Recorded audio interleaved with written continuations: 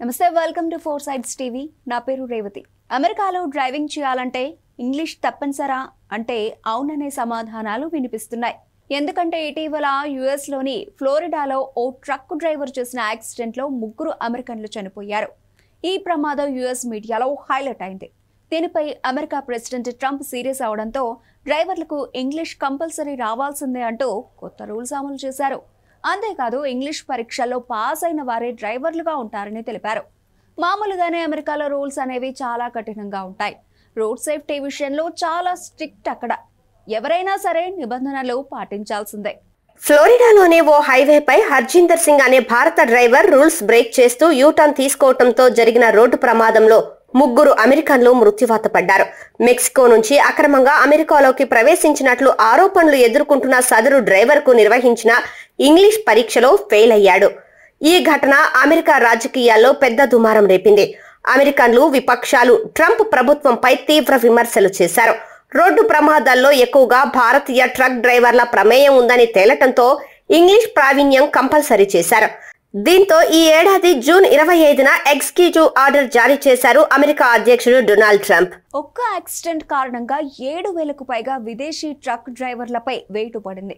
English ప్రావీణ్యత పరీక్షల్లో విఫలమైన డ్రైవర్లను విధుల నుంచి తొలగించింది అమెరికా సర్కార్. వీరిలో ఎక్కువ మంది భారతీయులే ఉన్నారు. వారంతా పంజాబ్, హర్యానాకు చెందిన వాళ్ళు. ఈ విషయాన్ని రవాణా మంత్రిత్వ శాఖ అధికారి సీన్ డఫీ తెలిపారు. అమెరికా ట్రక్ ఇండస్ట్రీలో దాదాపు 1,50,000 మంది సిక్కులు పనిచేస్తున్నారు. వారి ఉద్యోగాలు ఇక ప్రమాదంలో పడ్డాయనే చెప్పాలి.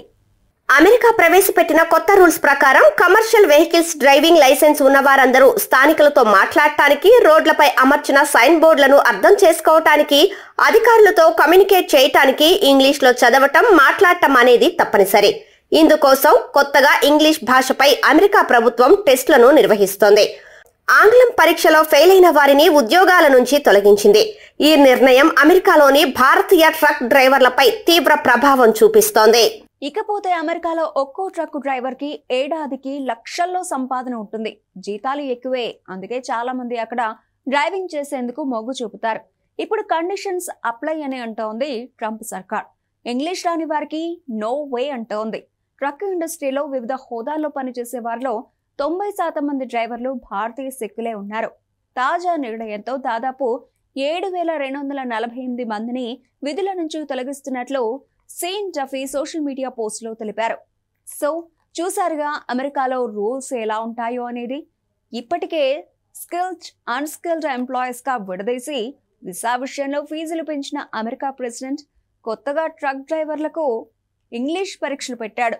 ఏదో రకంగా అక్కడ ఉన్న విదేశీయులను బయటకు పంపాలన్నదే ట్రంప్ నిర్ణయంగా తెలుస్తోంది.